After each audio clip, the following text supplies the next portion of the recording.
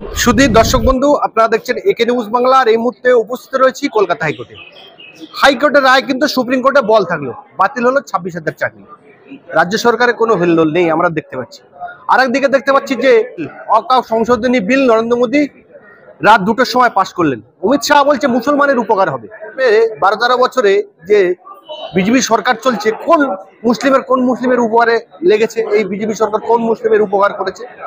আর ওয়াকফ board যখন বলছে, মুসলিম সম্প্রদায়ের মানুষ যখন বলছে যে আমরা এই ওয়াকফ বিল সংশোধনী চাই না, তাহলে অমিত শাহ কেন জোর করে সেই বিলটাকে সংশোধন করছেন?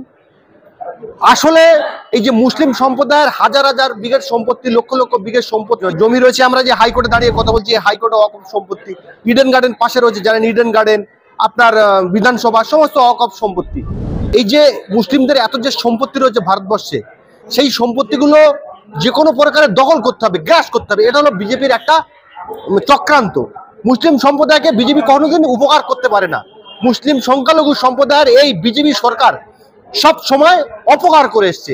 সে কাশ্মীর হোক, চাहे উত্তরপ্রদেশ হোক, চাहे গুজরাট হোক, আর চাहे হরিয়ানা হোক, সমস্ত জায়গায় এই বিজেপি সংখ্যালঘু মুসলমানদের ক্ষতি করেছে। সেটা দিনের আলো মতো পরিষ্কার। আজকে অমিত শাহ বলছেন যে মুসলমানদের উপকার হবে, উপকার হবে না, সেটা সবাই জানে। আমরা এই সমস্ত বিষয়ে কথা বলবো। আমাদের সঙ্গে রয়েছেন কলকাতা হাইকোর্টের বিশিষ্ট অ্যাডভোকেট ফেরদৌস শামীম মহাশয়। দেখুন, ওয়াকফ বিল নিয়ে আমার খুব স্পেসিফিক কথা। দেখুন, রাষ্ট্রের ধর্মে অনুপ্রবেশ ঘটানো উচিত না। রাষ্ট্রীয় নীতি নির্ধারণের ক্ষেত্রে ধর্ম নির্ণায়ক শক্তি হতে পারে না। আচ্ছা, যদি ওয়াকফ বোর্ডে একজন নন মুসলিমকে ঢোকানো হয়, সিইও যদি নন মুসলিম, তাহলে চুরি বন্ধ হয়ে যাবে? ওয়াকফের চুরি, তাহলে তো যুক্তি দিচ্ছে ওয়াকফ অ্যামেন্ডমেন্ট বিল আনার পিছনে যুক্তি হচ্ছে চুরি হয়েছে, নন মুসলিম ঢোকালে চুরি বন্ধ হবে। আচ্ছা, বিজয় মালিয়া কি মুসলিম? বিজয় মালিয়া কাদের টাকা নিয়ে পালিয়ে গেছে? ব্যাংকের টাকা নিয়ে। যে ব্যাংকের টাকা রেখেছে, বেশিরভাগ টাকা তো হিন্দুদের। তাহলে হিন্দুদের টাকা হিন্দু চোর নিয়ে পালিয়ে গেছে। তাহলে এবার বলুন যে ব্যাংকের আর কাউকে লোন দেওয়া হবে না, হিন্দু হলে লোন দেওয়া হবে না, তাই না?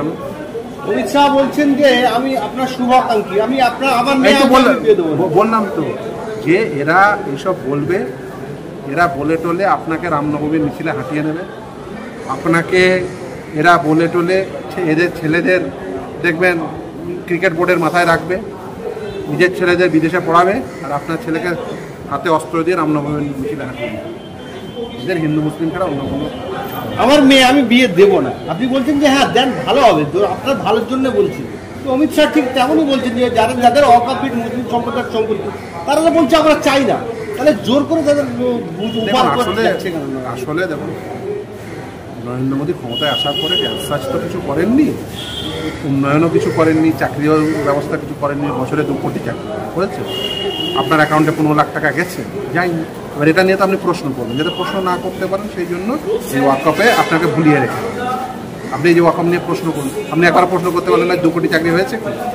একবার প্রশ্ন করার সুযোগ দেবেন আপনাকে, আপনি 15 লাখ টাকা পাননি, কেন নরেন্দ্র মোদী আমাকে বলেছিল, তারপরে আমি 15 লাখ কেন টাকা পেলাম না? আপনি বলুন, এটা এই প্রশ্ন আপনি করলেন না, কারণ হচ্ছে আপনাকে করার সুযোগই দেওয়া হয়নি, আপনাকে ওয়াকফ বিলে মাতিয়ে রেখে দিয়েছে। তো বলেছে অমিত শাহ যেটা জুমলা, মানে মিথ্যাবাদী। তার মানে অমিত শাহ বলছে নরেন্দ্র মোদী মিথ্যাবাদী। নির্বাচনী জুমলা মানে কি? নির্বাচনী মিথ্যা কথা। অমিত শাহ বলছে যে যারা ভারতবর্ষে আছে এই বিল তাদের মেনে নিতেই হবে। সে তো জোর সংখ্যার খাতিরে স্বাভাবিকভাবেই মেনে নিতেই হবে। এই যে ধরুন যারা ইলিগাল চাকরি করেছে, তাদের এতদিন তাদের কাছে পাঠ নিতে বাধ্য হচ্ছিল, আদালত বাতিল করে দিয়েছে। ভবিষ্যতে দেখবেন এটা যদি সঠিক বিচার হয়, আদালত এক্ষেত্রেও বাতিল করে দিতে পারে। আপনি একজন আইনজীবী, অর্থাৎ মুসলিম ঘরের সন্তান। তো এই যে নরেন্দ্র মোদী তথা অমিত শাহ যেটা বলছেন যে মুসলিমদের উপকার হবে, আপনি কি বলবেন এই প্রশ্ন? নরেন্দ্র মোদী এবং অমিত শাহ তাদের বলবো যে দেখুন, যে মুসলিমদের এই ধরনের উপকার করার কোনো প্রয়োজন নেই, আপনারা কিচ্ছু করতে হবে না, আপনি হিন্দুদের উপকার করুন। মুসলিমদের উপকারই করার দরকার নেই। যেসব হিন্দুদের টাকা নিয়ে বিজয় মালিয়ায় চলে গেছে, সেই হিন্দুদের টাকাগুলো ফেরত দিয়ে দিন। আর হিন্দুদের জন্য আপনার কিচ্ছু করতে হবে না। হিন্দুদের জন্য বিদ্যুতের বিনামূল্যে বিদ্যুৎ দিন, হিন্দুদের জন্য পেট্রোলের দাম লিটার প্রতি 10 টাকা করে দিন, হিন্দুদের জন্য ডিজেলের দাম লিটার প্রতি 10 টাকা করে দিন, হিন্দুদের জন্য গ্যাস ফ্রি করে দিন, হিন্দুদের সকলকে চাকরি দিয়ে দিন। মুসলমানদের কিছু করতে হবে না, শুধু হিন্দুদের দিয়ে দিন। আমি বলছি হিন্দুদের দিয়ে দিন। কবে দেবেন আপনি? কবে দেবেন? হিন্দুদের দিয়ে দিন, মুসলমানদের কিছু দিতে হবে। হিন্দুদের চাকরি দিন, হিন্দুদের বিজয় মালিয়া যে টাকা নিয়ে পালিয়ে গেছে সেই টাকাটা হিন্দুদের দিয়ে দিন। আপনি পেট্রোলের দাম হিন্দুদের জন্য 10 টাকা করে পেট্রোলের লিটার করুন। কবে করবেন? হিন্দুদের জন্য উপকার করুন। আমি মুসলিম ছেড়ে দেন। এতদিন লোকে ধর্ম কি করতো, লোকে বলতো যে লোকে বিপদে পড়লে ঈশ্বরের ভরসা করতো, ধর্মের সাহায্য নিত। এখন কি বলছে বিজেপির নেতারা, বলছে না না ধর্ম সংকটে তুমি রাস্তায় নেমে ধর্ম বাঁচাও। লোকে আগে ধর্মের সাহায্য নিত, এখন বিজেপি নেতারা বলছে না না তুমি রাস্তায় নেমে ধর্ম বাঁচাও। মানে ভাবুন, বিজেপি নেতারা বলছে ধর্ম বাঁচানোর জন্য তোমাকে রাস্তায় নামতে হবে। বিজেপি নেতারা তাদের বাড়ির ছেলে মেয়েদের বিদেশে পড়তে পাঠাবে, আর আপনার ছেলেকে তার হাতে রামনবমীর মিছিলে হাঁটিয়ে নেবে। ভালো মুসলমান জামাই পেলে এরাই আবার মেয়েদের বিয়ে দেবে, মুসলমান জামাই পেলে ভালো। আবার এরাই দেখবেন যে হিন্দুদের টাকা নিয়ে পালিয়ে যাওয়া হিন্দু চোর বিজয় মালিয়া, তার বিরুদ্ধে কোনো কথা বলবে না, মেহুল চোখের বিরুদ্ধে কোনো কথা বলবে না। হিন্দুদের বেশিরভাগ টাকা সব হিন্দুদের। বিজয় মালিয়ার কাছ থেকে হিন্দুদের টাকা উদ্ধার করে নিয়ে আসুক না কেন, কিন্তু অনেক মুসলমানের টাকা উদ্ধার করার দরকার নেই, হিন্দুদের টাকা উদ্ধার করে নিয়ে আসুক। বিজেপি নেতারা বলছে যে যাদের এই বিল পছন্দ না হচ্ছে, আমি বলছি হিন্দুদের টাকা কবে উদ্ধার করবে, তারা অন্য দেশে চলে যাক, তাদের জন্য অপশন। আমি বলছি হিন্দুদের টাকা উদ্ধার যারা করতে দিচ্ছে না তারা অন্য দেশে চলে যাবে। হিন্দুস্তান হিন্দুদের টাকা যারা উদ্ধার করছে না তারা অন্য দেশে চলে যাবে। বিজয় মালিয়া যেমন অন্য দেশে পালিয়ে যাচ্ছে, আর যে চোরদের কাছ থেকে হিন্দুদের টাকা যে হিন্দু চোর নিয়ে পালিয়ে গেছে, যে হিন্দুরা এখন দায়িত্বে আছে, যে বিরাট হিন্দু যারা হিন্দুদের টাকা উদ্ধার করে দিচ্ছে না, সেই হিন্দুদের দেশের বাইরে চলে যাচ্ছে। নরেন্দ্র মোদী, অমিত শাহ যে মুসলিম সম্প্রদায়ের সংখ্যালঘু, তাদের উপকার কোনো, আমি বলছি হিন্দুদের উপকার করুক। হিন্দুদের টাকা নিয়ে যে হিন্দু চোর পালিয়ে গেছে, যে বিরাট হিন্দু এখন ক্ষমতায় আছে, হিন্দুদের টাকা উদ্ধার করে দিতে পারছে না, হিন্দু ছেলেদের চাকরি দিতে পারছে না, হিন্দু মানুষের পেট্রোল ডিজেলের দাম কমাতে পারছে না, হিন্দুদের গ্যাসের মূল্য কমাতে পারছে না, সেই বিরাট হিন্দু দেশের বাইরে চলে যায়। হাইকোর্টের রায় সুপ্রিম কোর্ট বল লাগলো, 26,000 চাকরি চলে গেলো, কি বলবেন? দেখুন, যদিও ভ্যাকেন্সির সংখ্যা অনেক কম ছিল, ভ্যাকেন্সির সংখ্যা ছিল 24,640টি, এক্সেস ভ্যাকেন্সি অ্যাপয়েন্টমেন্ট হয়েছে, ওএমআর শিট ছিল না, তার হার্ড কপিও নেই, সফট কপিও নেই। ফলে খুব স্বাভাবিকভাবেই বলেছে বৈধ অবৈধদের পৃথকীকরণ করে দেবে। সম্ভব হয়নি, করেননি, এসএসসি করেননি, বোর্ড করেননি, সরকার করেননি। ফলে নিয়োগ প্রক্রিয়া এন ব্লক ক্যান্সেল।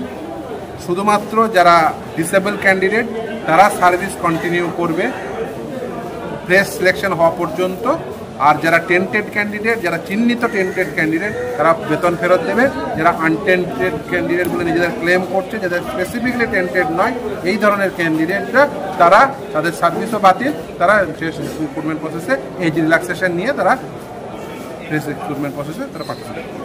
তাহলে এই জায়গাতে যখন চিহ্নিত করা যাচ্ছে যে কাদের চাকরি, কাদের মাইনে ফেরত দেবেন, কাদের দিতে হবে না, তাহলে এই জায়গাটা এটা চিহ্নিত করা গেল না যে কারা সত্যিকারের যোগ্য আর কারা অযোগ্য? Not specifically tainted, that doesn't mean ওর বাইরে টেন্টেড নেই। রেশিও ভায়োলেশন হয়েছে, ইন্টারভিউর মার্কস ম্যানিপুলেশন হয়েছে, উড পেন্সিলের নাম্বার দিয়েছে। আপনাকে দায়িত্ব দেওয়া হলো, আপনি বলুন, আপনাকে দায়িত্ব দেওয়া হলো ওএমআর শিটটা কার বাড়ি থেকে উদ্ধার করবেন বলুন? কার বাড়ি থেকে উদ্ধার করবেন? ওএমআর শিটটা মমতা ব্যানার্জির বাড়ি থেকে উদ্ধার করবেন?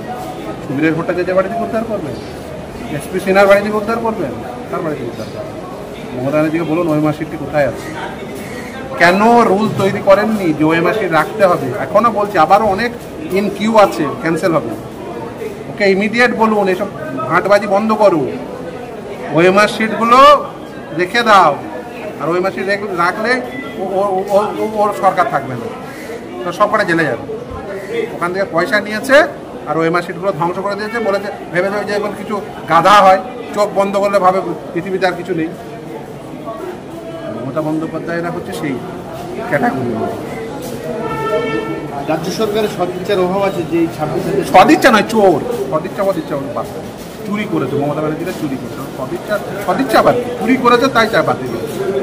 মমতা ব্যানার্জিরা পয়সা খেয়েছে তাই বাতিল, পয়সা না খেলে বাতিল। সিম্পল কথা। মুখ্যমন্ত্রী নবান্ন থেকে বলছে যে যারা যারা চাকরি হারিয়েছে আপনাদের কাছে কি কি তথ্য আছে আপনাদের কাছে দিন।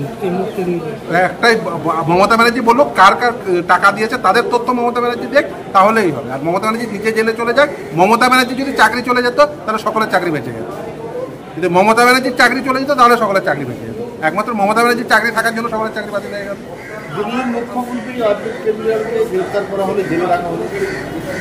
ঝাড়খণ্ডের মুখ্যমন্ত্রী যাকেও গ্রেপ্তার করা হলো, হেমন্ত সোরেনকে, তাকে জেলে রাখা হলো। কিন্তু আমাদের রাজ্যের মুখ্যমন্ত্রী তথা ভাইপো, তার বিরুদ্ধে একাধিক অভিযোগ রয়েছে, কিন্তু তারা বন্ধ অভিযোগ রয়েছে।